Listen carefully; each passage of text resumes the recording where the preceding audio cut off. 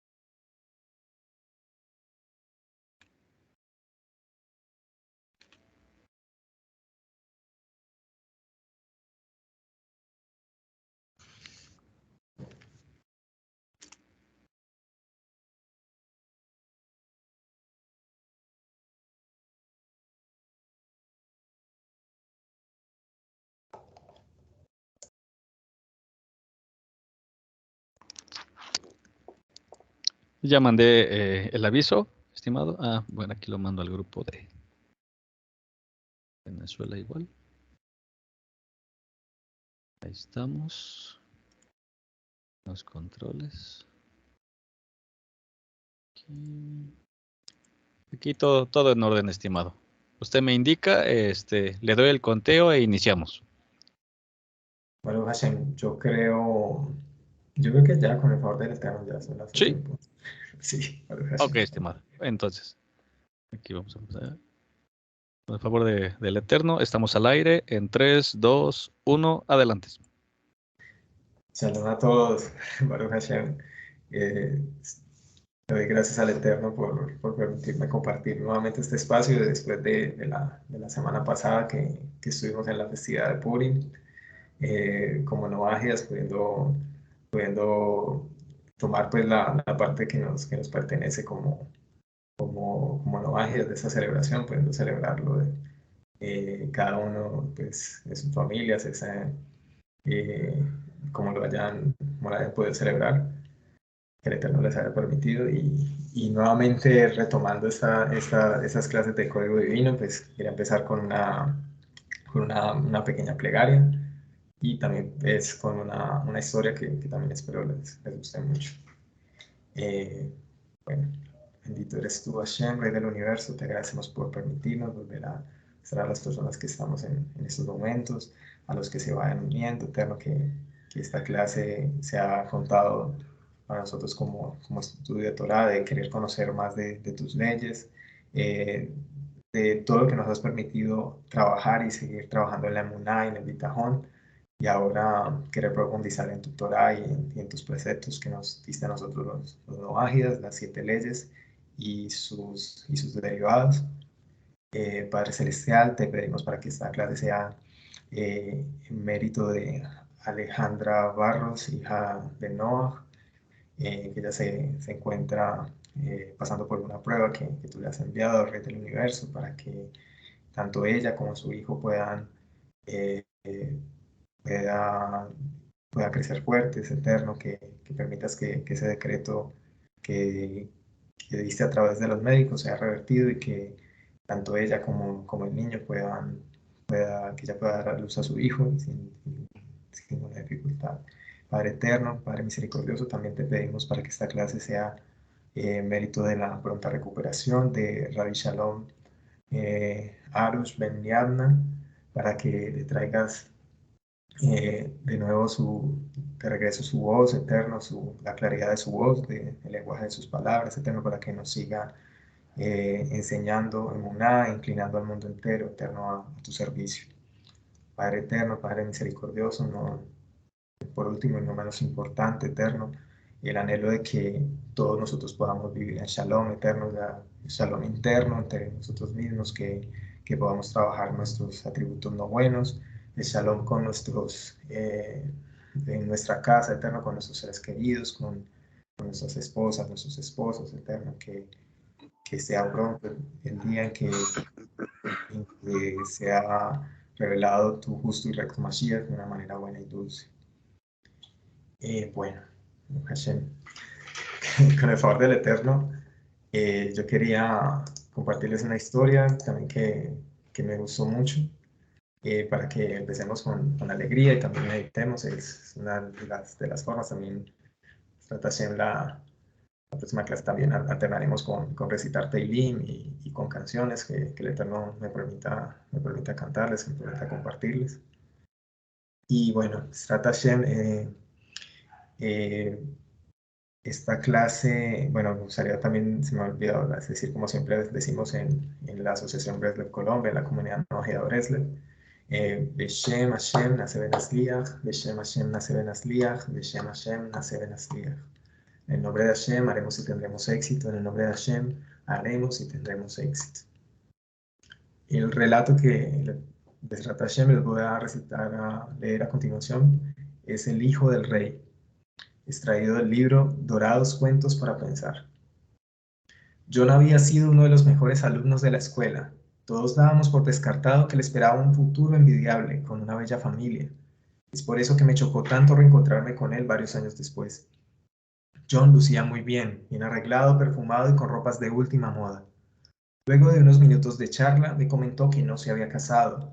Lo pasaba mejor así. Tenía varias, entre comillas, amigas. Se reunía con sus amigos cada noche a jugar póker y se vanagloriaba de ocupar un cargo muy alto en una empresa que se dedicaba a editar revistas bajas y a todo tipo de comercio y explotación de mujeres. Luego de contarme lo exitoso que se sentía y cómo había, entre comillas, triunfado en la vida, me pidió que le relatara una de aquellas fábulas que les solía contar en el secundario, cuando tenían alguna hora libre. No me hice rogar. Tenía una fábula que le caía como anillo al dedo. Existe una famosa leyenda acerca de un rey cuyo hijo quería ir a la gran ciudad para hacer negocios.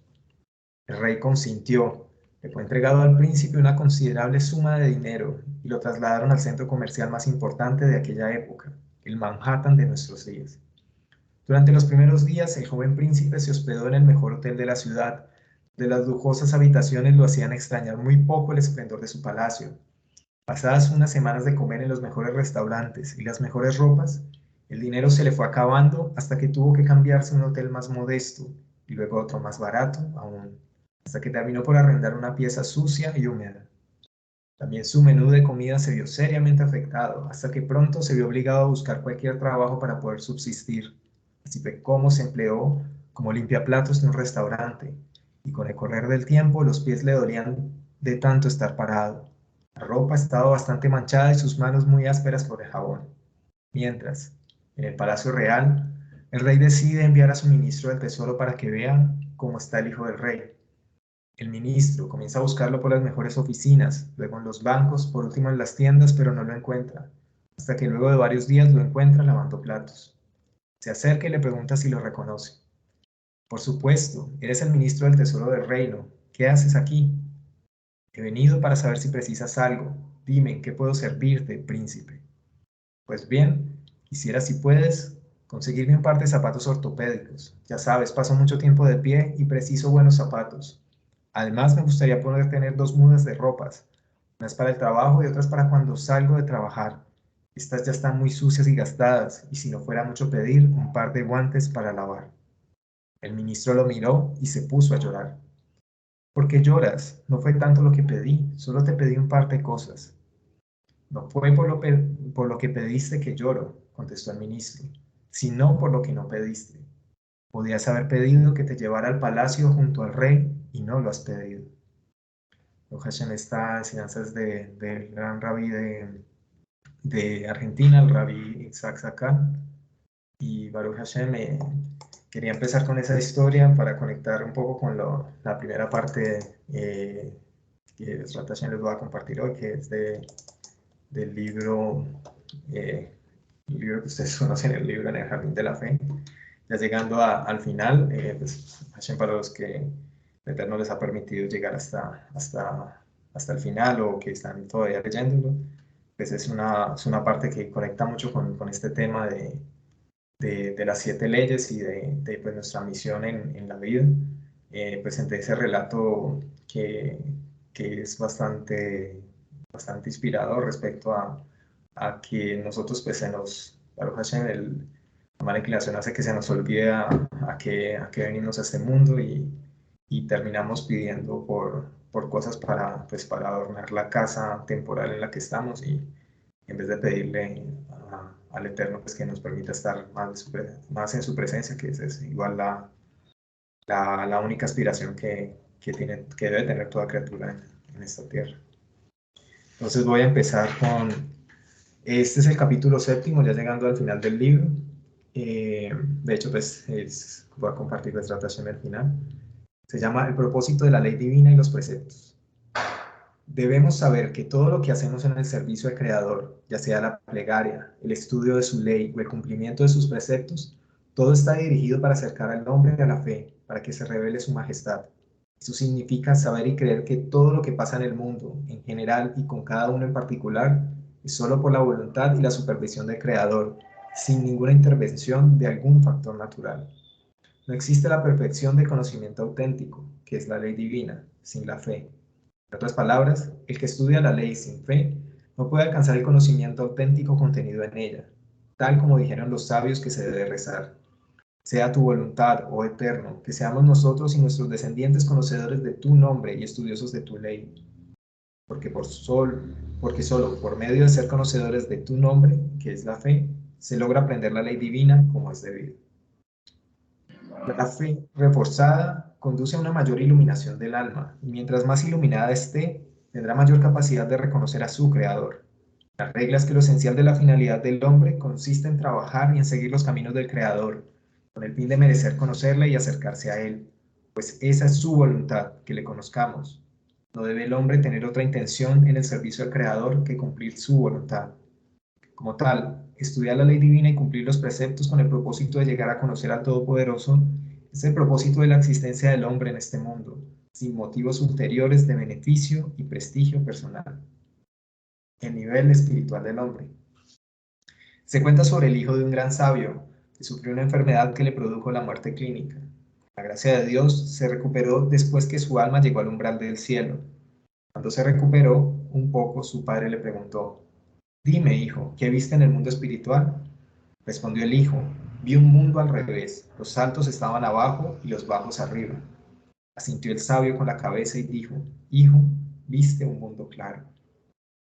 Muchas de las personas que en este mundo son importantes, grandes, honorables de la alta sociedad se encuentran en el peldaño más bajo en el cielo. Lo contrario también es verdad. Encontramos en este mundo gente humillada y perseguida, pero arriba gozan de un alto nivel. Porque para el Creador el nivel del hombre se mide según la fe que mereció adquirir en este mundo material y las pruebas de fe que superó, las pruebas de fe que superó en cada instante. La fe es la raíz y el fundamento de toda la vida.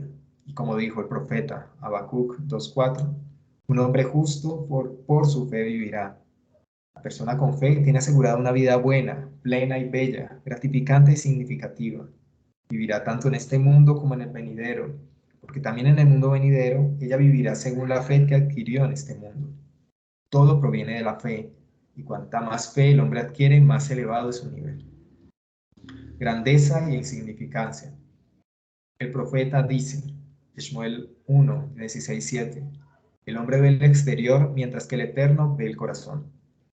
En otras palabras, carecemos de las herramientas para ver la fe del otro y saber su verdadero estatus. La gente tiende a valorar a los demás según su sabiduría, belleza, título, fortuna o linaje. Tales criterios son tanto falsos como inexactos. Con frecuencia se refieren a verdaderamente una gran persona como insignificante o viceversa. Una persona simple e inculta puede poseer un nivel superior al de un médico o profesor universitario, especialmente si la primera cree y conoce al Creador y la segunda no. La que posee una profunda noción del Creador supera completamente a quien no tiene idea de quién le creó y quién le dirige, aunque el primero sea un barrendero y el otro un físico nuclear. En realidad, quien no conoce a su Creador se encuentra en un nivel espiritual más bajo que el de un animal, tal como se ve cuando el profeta Isaías reprueba al pueblo de Israel por olvidar su fe y le dice, Isaías 1:3, el buey conoce a su dueño y el asno el pesebre de su amo, pero Israel no conoce a su Señor, mi pueblo no tiene entendimiento. En otras palabras, el buey y el asno están conscientes de quién los sustenta, pero quien anda ciegamente tras una vida de placeres físicos nunca encuentra al Creador. Lo esencial en el hombre es su conocimiento. El que está privado de él no puede ser llamado ser humano, es como un animal con apariencia humana. El gran maestro, Moisés, que era compasivo, se ocupaba de civilizar el mundo, es decir, que enseñaba conocimiento para que el mundo esté habitado por hombres, por poseedores de conocimiento. Fe, la mayor mercancía.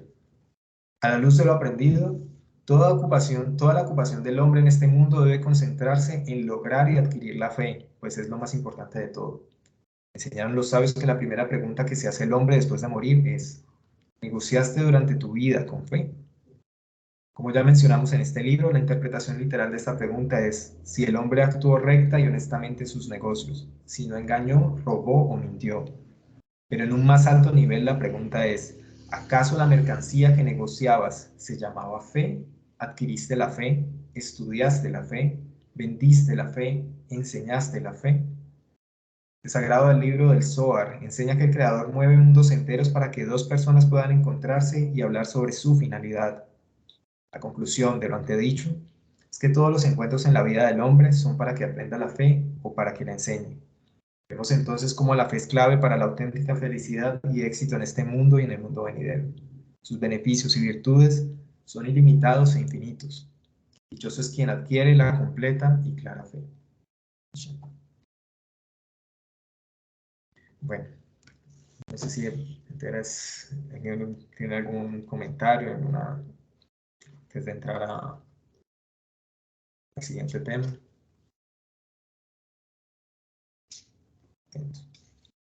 Bueno, entonces habíamos quedado, ya casi nos quedaba la última página de,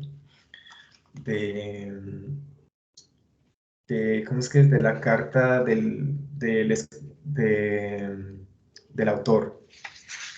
Y ya entramos a la parte 1 de los fundamentos de la fe, que es la que, bueno, ahí, bueno, no se ve muy clara la pantalla, pero también los que están en la radio, por favor del Eterno, confíen de que en esa parte es que vamos.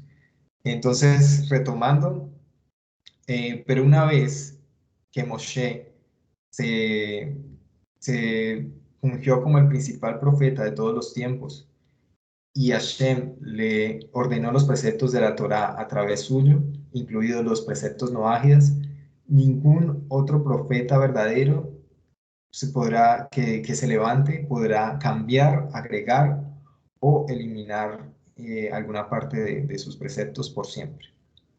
Este concepto es debido al estatus especial que tiene la Torá de Moshe, como el Rambam describe y explica en las leyes de los fundamentos de la Torá, capítulo 9. El Eterno selló los preceptos divinos cuando Él le ordenó a la humanidad darle la Torá a Moshe. Y Él estableció que Él nunca enviaría o ordenaría a un profeta que alterara alguno de los preceptos de la Torá. En este punto, en el que el Eterno ordenó a Moshe en el monte Sinai, en Devarim 13:1, estableció la Torá de los judíos como la fuente para sus preceptos sellados. Esto también es cierto con respecto a las 7 leyes noágidas, pero solo porque la transmisión única de sus preceptos a la humanidad a través de Moshe en la revelación, porque se puede a través de la revelación única de sus preceptos a la humanidad a través de Moshe, como se explicó anteriormente. Sin el sello del Eterno a los 7 preceptos noágidas que estaban en la Torá, ellos no podrían ellos no podrían ser su palabra eterna, porque la posibilidad de que ellos pudieran ser cambiados o agregados, bueno, ahí dice que si el Eterno no hubiera reservado la interpretación de las 7 leyes noágidas dentro de la Torá, a través de la Torá oral, que es su palabra eterna, eh, eso no, o sea, se descartaría pues la posibilidad de que estos preceptos fueran cambiados o se les añadiera. O sea, tuvo que llegar el Eterno a decir, ya de aquí en adelante no va a haber ninguna alteración y cualquier interpretación tiene que estar sobre la base de la Torá de Moshe, tanto la Torá Shebejitá, la Torá escrita, y la Torá Shebealpeh, la Torá oral. Esta es la profundidad de las palabras del Rambán. Esto está en Leyes de Reyes 8:11. Cualquier noágida que acepte los 7 preceptos y es cuidadoso en observarlos, es uno de los piadosos de las naciones del mundo, y tendrá una porción en el mundo venidero. Esto es solo proporcionado a aquel que los acepta y los observa, porque el santo bendito es, los ordenó en la Torá y nos informó a través de Moshe, nuestro maestro, que los descendientes de Noah fueron originalmente ordenados para cumplirlos.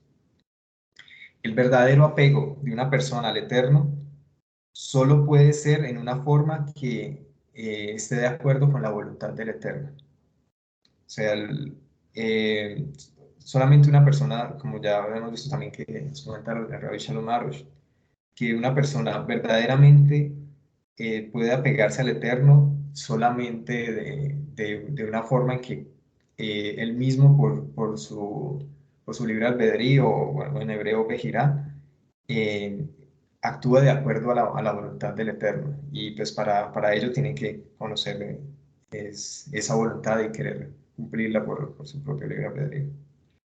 Aquel que ha dado a la humanidad un camino de conexión hacia Él y a un nivel un nivel espiritual mayor de existencia eterna, que es inconcebible de todo medio natural que existe. Esto solo puede ser logrado puede ser logrado porque Dios en sí mismo, con su bondad ilimitada, le otorga esa posibilidad a la humanidad. Si uno racionaliza la observancia de los 7 preceptos y los observa basados solamente en razonamiento o en intelecto, esta persona de hecho puede ser una persona muy inteligente y él puede hacer muchas buenas acciones. Pero si la observancia de una persona solamente está basada en el intelecto humano, que es limitado, esto definitivamente no puede estar conectado con la existencia eterna de la verdad divina. Sin embargo, entonces, tal enfoque carece del elemento esencial de apegarse a la voluntad del Eterno. Y así como el mundo ha visto a partir de trágicas experiencias, la persona que sigue ese enfoque tendrá el riesgo de incrementar y racionalizar una transgresión a la ley del Eterno. Sin una explicación adecuada, una persona no puede apreciar automáticamente las bendiciones especiales que Hashem ha hecho disponibles para la humanidad, ni cómo esas bendiciones pueden ser aseguradas en la manera que el Rambam nos compartió. Proporcionar, que nos compartió esas bendiciones que fueron proporcionadas a aquel que acepta y las observa, porque el santo, bendito es, las ordenó en su Torá y nos informó a través de Moshe, nuestro maestro. Esta es una verdad eterna que Hashem, en su bondad infinita, le otorgó a la humanidad en el evento de Matan Torah. Esto quiere decir, Matan Torah, la entrega de la Torah. Entonces ahí solamente tenemos un comentario, es el último comentario de la carta, es: en la Torá hay frases dadas por el Eterno a Moshe, o estatutos dados por el Eterno a Moshe, prohibiendo a los judíos hacer cosas específicas que son prohibidas en una forma general para los noágidas. Nosotros citamos tales versos como fuentes o explicaciones para los detalles de los preceptos noágidas, pero esto no están... esto no quiere decir, esto no implica que los noágidas están ordenados acerca de cualquier prohibición que el Eterno ordenó a los judíos. Así, prohibiciones particulares o directivas que se derivan de una explicación de un verso de la Torá pueden ser entendidas como relacionadas a los noágidas como la voluntad de Hashem en general. Esta es la intención de este libro: citar versos de la Biblia hebrea como fuentes para conceptos de la Torá y proporcionar sus explicaciones auténticas. Este es un punto general a lo largo del libro, pero existen excepciones en donde un verso en realidad se relaciona directamente a un precepto para los noágidas. Ver, por ejemplo, parte 2, tema 1, parte 3, tema 1, y parte 4, tema 1, tema 1, 3. Usualmente en estos casos, el autor explica en el texto principal que esta es un precepto explícito en las escrituras para los no ágiles. Hashem. Sí, adelante, estimado Vicente, qué pena, no había visto la Hashem. Baruch Hashem, mi estimado Yossi, gracias por esta lectura de las enseñanzas bellas de la Torah. Pues mi comentario aquí es que, de acuerdo a la historia que contó y a lo que ha leído hasta el momento, me recuerda a las enseñanzas que nos dan nuestros rabinos y morés acerca de que aquella persona que no es humilde, muy difícilmente va a poder obtener el conocimiento de la Torah.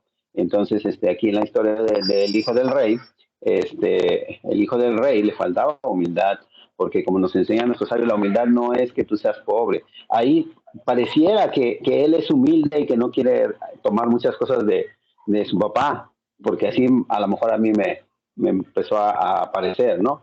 Que podría parecer una humildad, pero realmente, como nos enseñan nuestros sabios, la humildad no es eso. La humildad es saber y reconocer que eres especial, pero no más especial que los demás. Entonces, si él reconocía que era hijo del rey, entonces podía haber hecho otros tipos de acción, pero volvemos al mismo enfoque de trabajar en nuestros rasgos de carácter, como que esto se viene dando porque viene ahorita Pesach, bendito el Eterno, y después viene la cuenta del Omer y la entrega de la Torah. Entonces yo creo que esta es una introducción o una invitación para mí, que comencemos a trabajar nuestros rasgos de carácter y comenzamos a trabajar nuestra verdadera humildad. Y como nos recomiendan nuestros sabios en Impos de Tú, pedirle al Creador que nos haga humildes y que nos muestre la verdadera humildad. Ese es mi comentario, mi estimado Yossi. Gracias, querido Vicente, por el comentario. Y sí, muy, muy acertado también. Yo, cuando el Eterno me permitió leerlo por primera vez hace unos momentos, pensaba yo mucho en el Pesaj, la festividad de Pesaj, en la cuenta del Omer, donde pues, se lleva la ofrenda de cebada, la ofrenda, y pues que sabemos que la cebada es la ofrenda, es una ofrenda, era el alimento que se le daba a los animales. Entonces ahí estamos ofrendando nuestros animales, a ese atributo no bueno. Entonces cada día el pueblo de Israel llevaba esa ofrenda de la cuenta del Omer. Yo estaba muy también pensando en que el hijo del rey, por otro lado, era, en esa historia que vimos, él era muy consciente de que necesitaba, o sea, que sabía que necesitaba algo, pero como estaba desconectado ya de su condición de realeza, ya se había caído pues muy bajo, pues así también como, bueno, obviamente la historia de Pesa, que el pueblo de Israel llegó casi que a la 50ª puerta de nivel de impureza, casi llega hasta ese nivel, quedó en el 49, y ya había perdido la conexión con eso, con la misión que tenía. Entonces, por eso lo conecté mucho con la parte que les compartí inicialmente, que el Eterno me permitió compartirles de Rabbi Shalom Arush. Y principalmente porque ya el primer tema, como tal del libro, pues terminando todos los preámbulos, todos los comentarios de qué va a tratar, de cómo se va a guiar el libro, es los fundamentos de la fe. Entonces, es algo pues que me pareció muy interesante y muy alineado de que todos los rabinos, esta perspectiva del código divino es muy de Chabad. Los rabinos que intervinieron aquí son de Chabad. Y siendo también esa parte pues rigurosa, ellos también inician con la fe. Lo más importante es la fe. Y por eso, pues, el Baruch Hashem, eso es lo que quería compartirles, ese tema hoy. Los fundamentos de la fe, de hecho, es una parte muy importante del libro. Será como una octava parte del libro.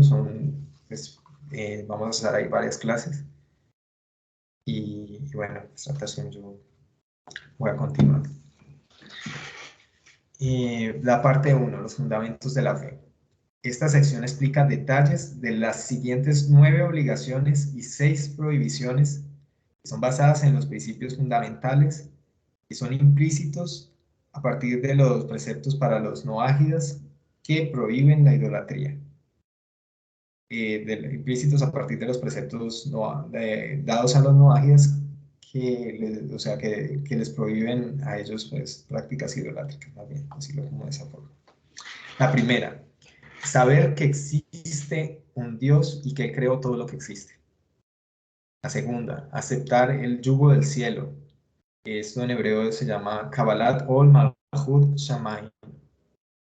Y cumplir los 7 preceptos para los noahidas, de acuerdo a sus detalles y explicaciones dentro de la Torah oral. La tercera es temer al Eterno. La cuarta es amar al Eterno. La quinta es no profetizar falsamente en el nombre del Eterno.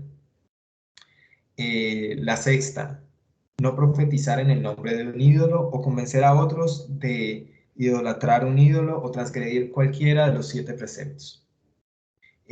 No escuchar a un falso profeta, ya sea que él profetice falsamente en el nombre del Eterno o en el nombre de un ídolo. Escuchar a un verdadero profeta que habla en el nombre de Dios y obedecer las instrucciones de un verdadero profeta. Noveno, no crear una nueva religión o precepto. Esto incluye la prohibición de un noágida de observar un día santificado de restricción ritual, como está establecido en Bereshit 8:22. También en hebreo dice Lo ishbotu. Esto es entre comillas, ellos no harán un Shabbat para sí. Décimo, no añadir o quitar de los 7 preceptos o alguna parte de ellos, porque ellos fueron dados para los noágidas a través de Hashem y a través de Moshe, fueron dados por Hashem a través de Moshe en el monte Sinai. Un décimo, no profundizar en el estudio de las partes de la Torá que no le pertenecen al código noágida. Esto también se desprende del precepto de establecer cortes y leyes de justicia.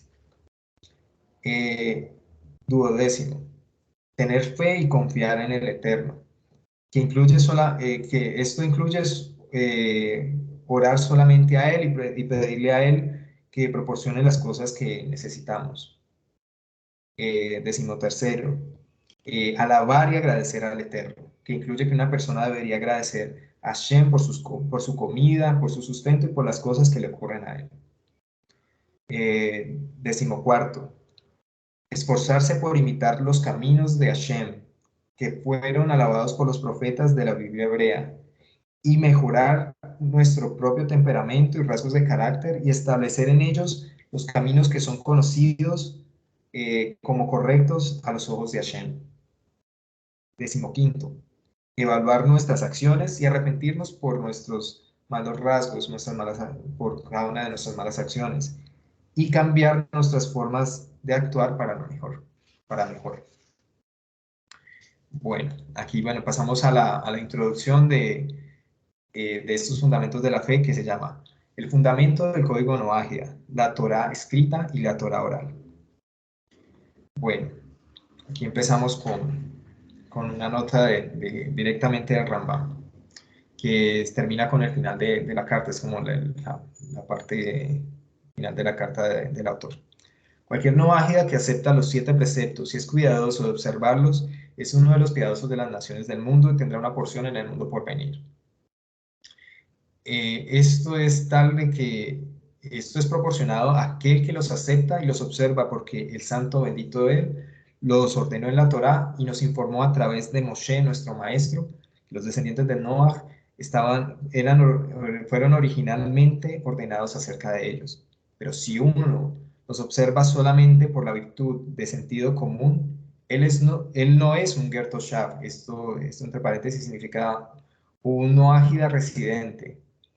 Es el término escrito en la Torá para aquel que acepta el código noágida, o uno de los piadosos de las naciones del mundo. Y bueno, ahí en la parte del Ger Toshav, pues aquel es un noágida que vive en la tierra de Israel.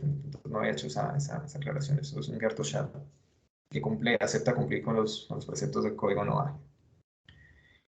o uno de los piadosos del mundo, pero en su lugar es uno de las personas sabias, o esto es, en el libro Ramban se dice Jajam o Mot Haolam, es uno de las personas, de los sabios de las naciones.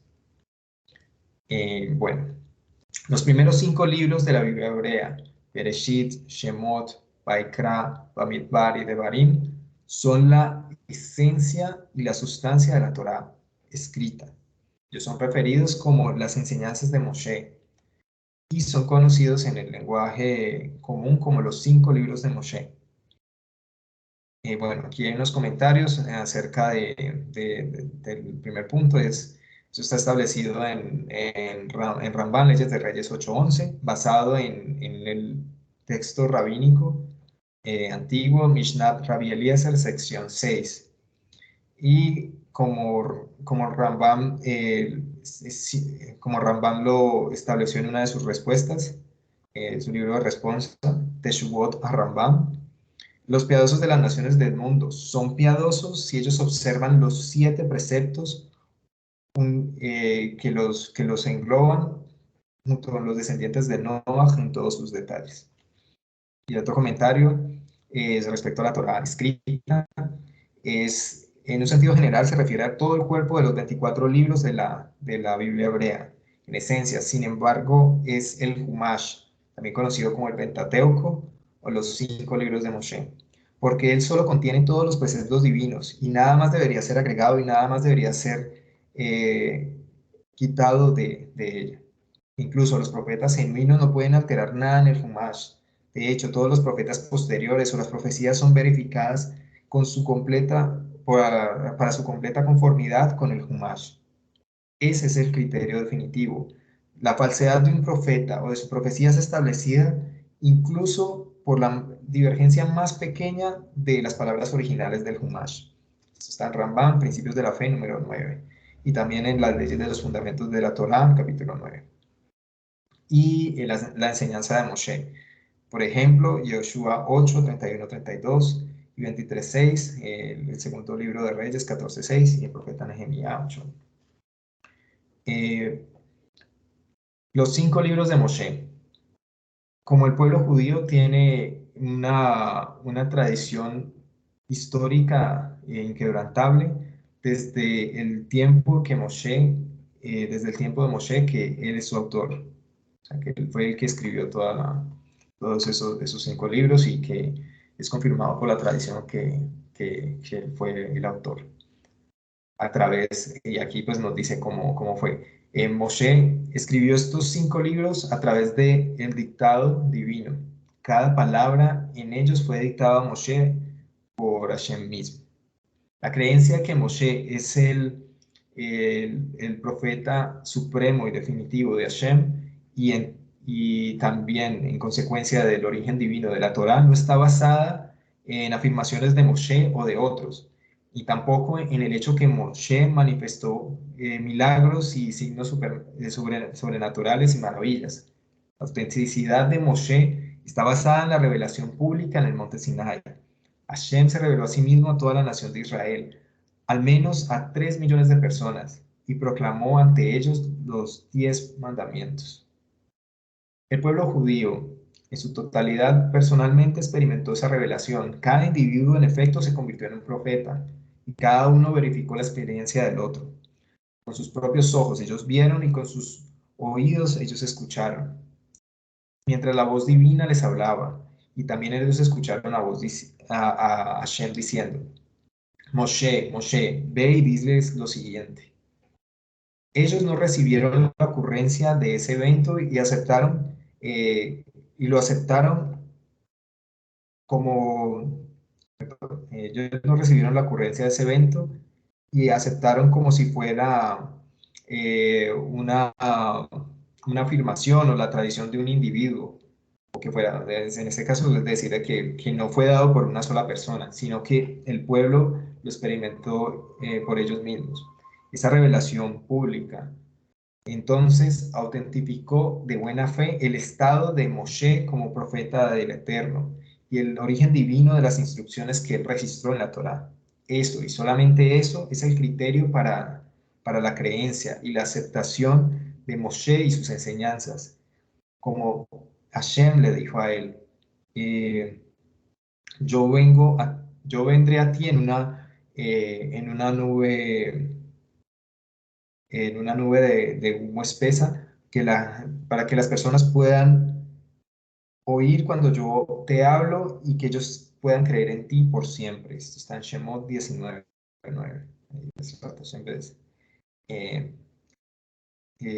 bueno, Baruch Hashem es un poquito la traducción, transliteración aquí posteriormente voy a poner como las fuentes, pues, como tal. La Torá escrita de los 5 libros de Moshe, sin embargo, contiene todos los preceptos divinos, presenta, entre comillas, un problema, que prácticamente todos los preceptos, mandamientos y prohibiciones, bueno, aquí para ver los comentarios con respecto a que la Torá fue dictada a Moshe por Hashem mismo, están en el Tratado Sanedrín 99a, Rambam, Principios de la Fe número 8, y también en las leyes de Teshuvah 3.8 también de Rambam. La parte que dice que Moshe es el profeta definitivo y supremo del Eterno, Rambam, Principios de la Fe número 7, Leyes de los Fundamentos de la Torá 7.7.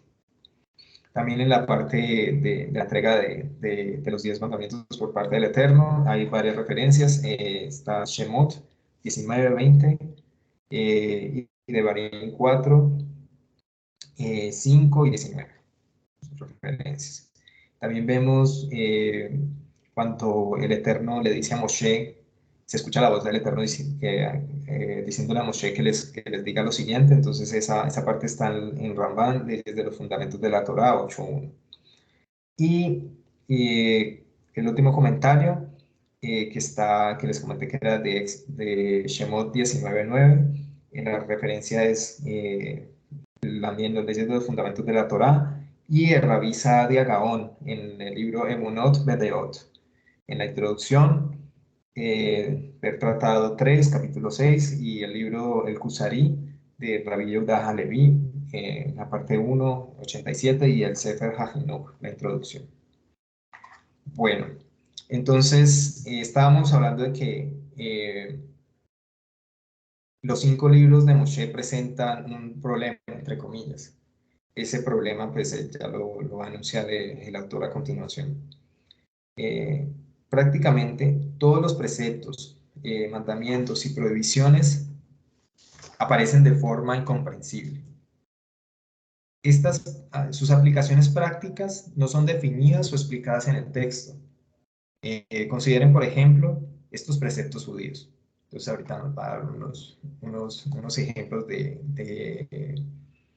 cómo hay detalles de los preceptos de la Torá, pues dados al pueblo judío, como que ellos no están explícitos en el texto. Existe un precepto de circuncisión, pero uno no va a encontrar una explicación en la Torá escrita de qué significa la circuncisión, el dónde, el qué y el cómo. De forma similar, hay una prohibición de trabajar en Shabbat, pero no existe definición de cuáles tareas se constituyen como prohibitivas. Existen mandamientos para vestidos que tienen 4 esquinas y que son las partes del talit, y las filacterias, que son ubicadas en una mano y la cabeza, que estos son los tefilín, pero no existe explicación de cómo ellas son producidas o cómo se deben vestir, cómo deben ser vestidas. Existe también un ritual de sacrificio que nos dice cuáles especies de animales son kosher, permisibles para el consumo de los judíos, pero no existen instrucciones de cómo se desarrolla este ritual de sacrificio. Esto es en el hebreo de Shohet. En efecto, Devarim 12:21 establece: sacrifiquen como yo les he ordenado. Pero en ninguna otra parte de la Torá escrita encontramos detalles de ese precepto. Aún más, la división actual del Pentateuco en capítulos es una innovación muy posterior, que fue medieval y no judía. De hecho, esta división de capítulos es comúnmente inconsistente con el texto real.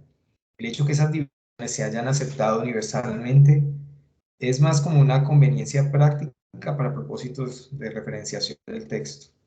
El texto original que se tiene hasta hoy en día, todos los rollos de la Torá, está dividido solamente en dos tipos de secciones o párrafos, pero sin ninguna pronunciación puntual para separar los 5.845 versos uno del otro. Sin embargo, también el texto hebreo consiste de consonantes únicamente, no existen vocales escritas. Las palabras sin vocales son claramente ambiguas y esto puede ser leído en muchas formas diferentes, con muchos significados diferentes que difieren entre sí. Bueno, en esta solamente hay un comentario respecto a esta última parte. Dice, en este contexto, el Kusarí 3, parte 3, del 28 al 38, para las refutaciones de Rabí Yehuda Halevi de los caraítas, una secta como los saduceos antes de ellos, que clamaban que reconocían solamente la Torá escrita. Él señala las inconsistencias y las autocontradicciones de su posición y la dependencia inevitable en la tradición.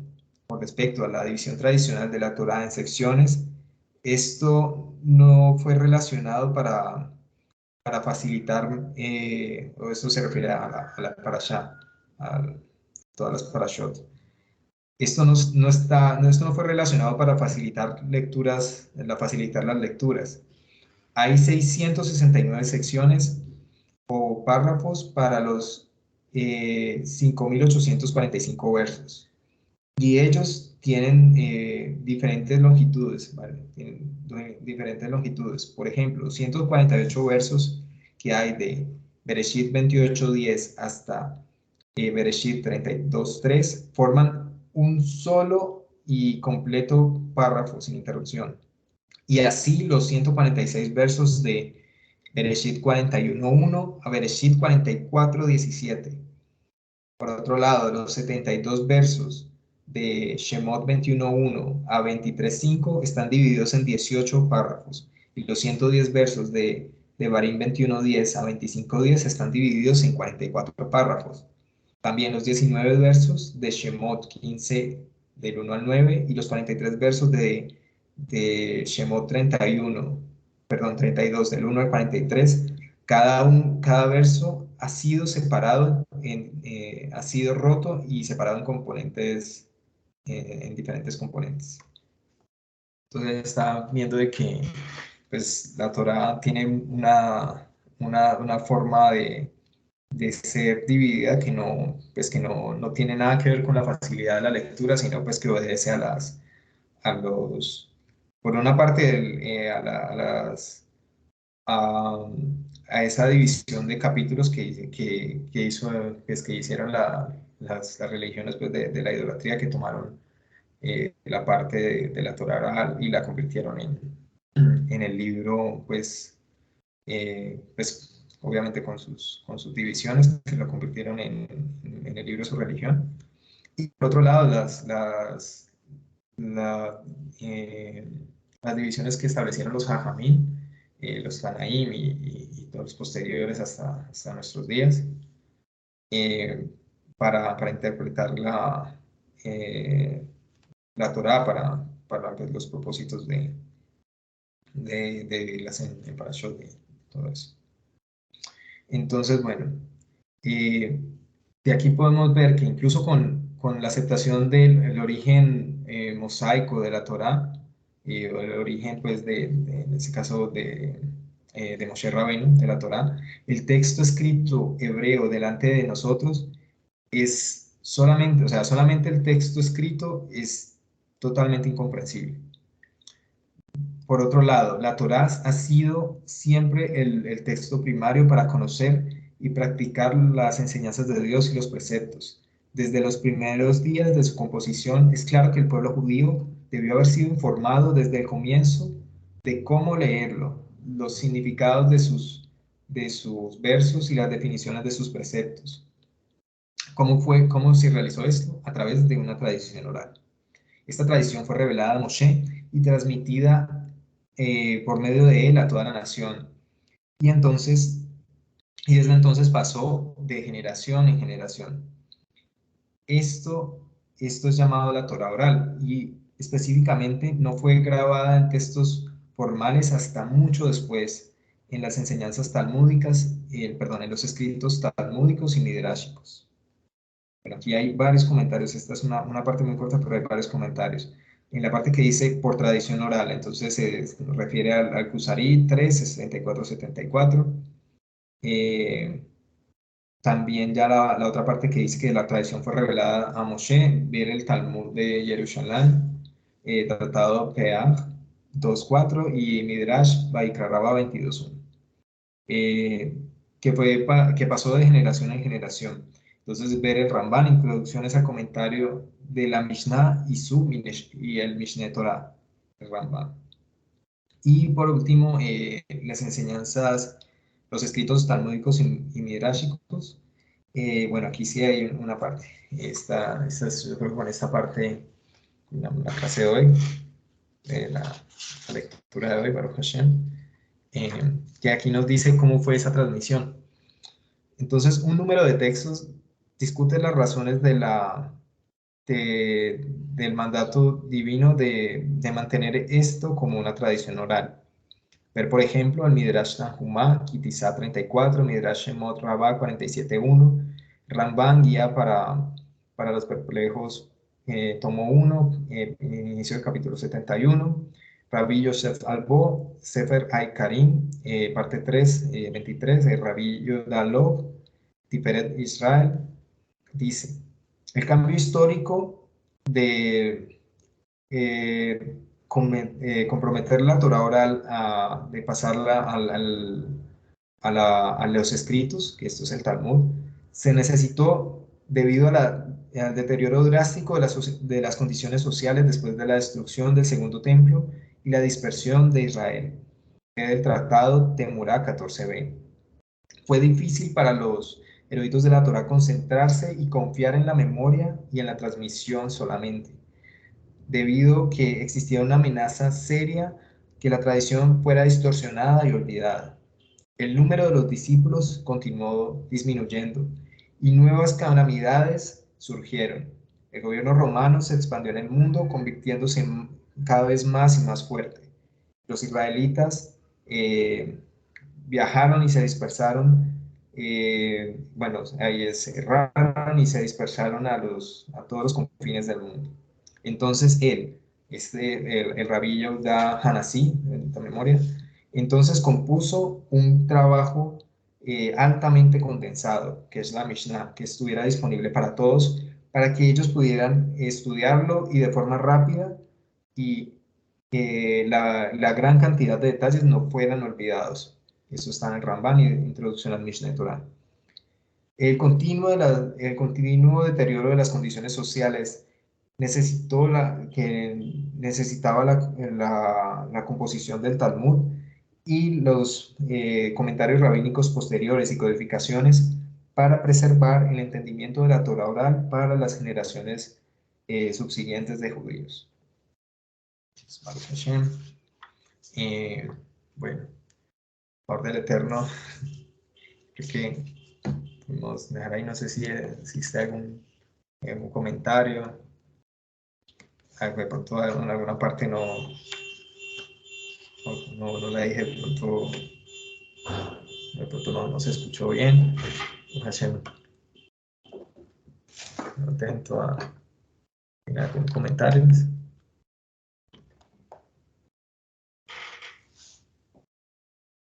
Bueno, Hashem. Entonces, gracias al Eterno por esta lectura, por este estudio de Torah, esta reunión no ágida que rompa todos los decretos. No sé, estoy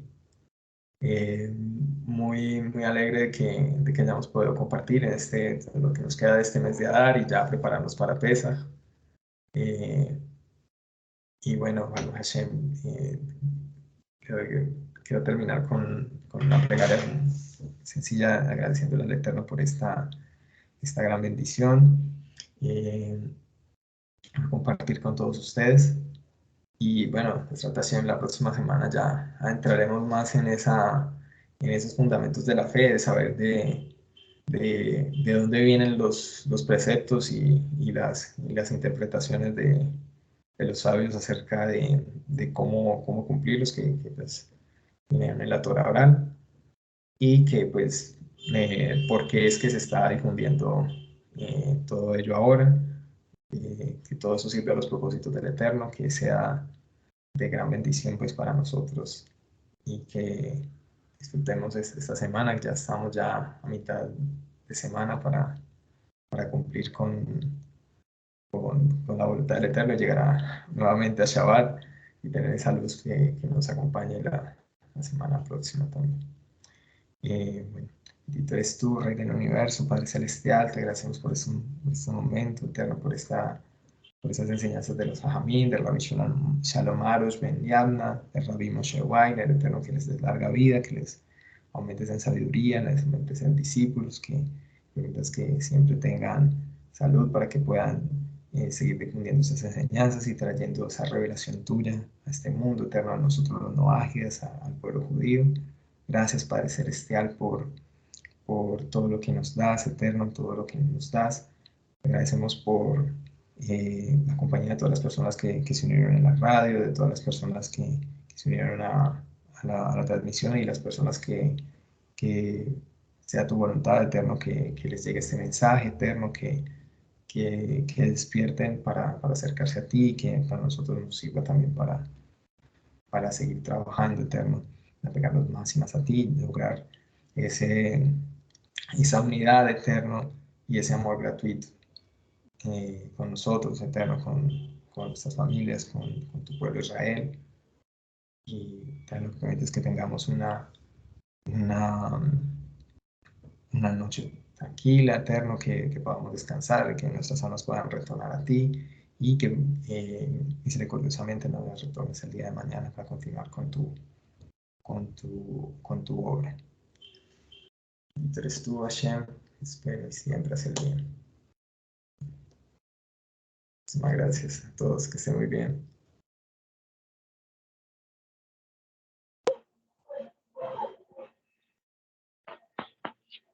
Gracias, Josi. Gracias al Eterno, Vicente. Hashem, Eterno lo bendiga y bueno, Baruch Hashem, mañana nos vemos para con la Muchas gracias, querido amigo. Bendiciones, buenas y Muchas dulces. gracias.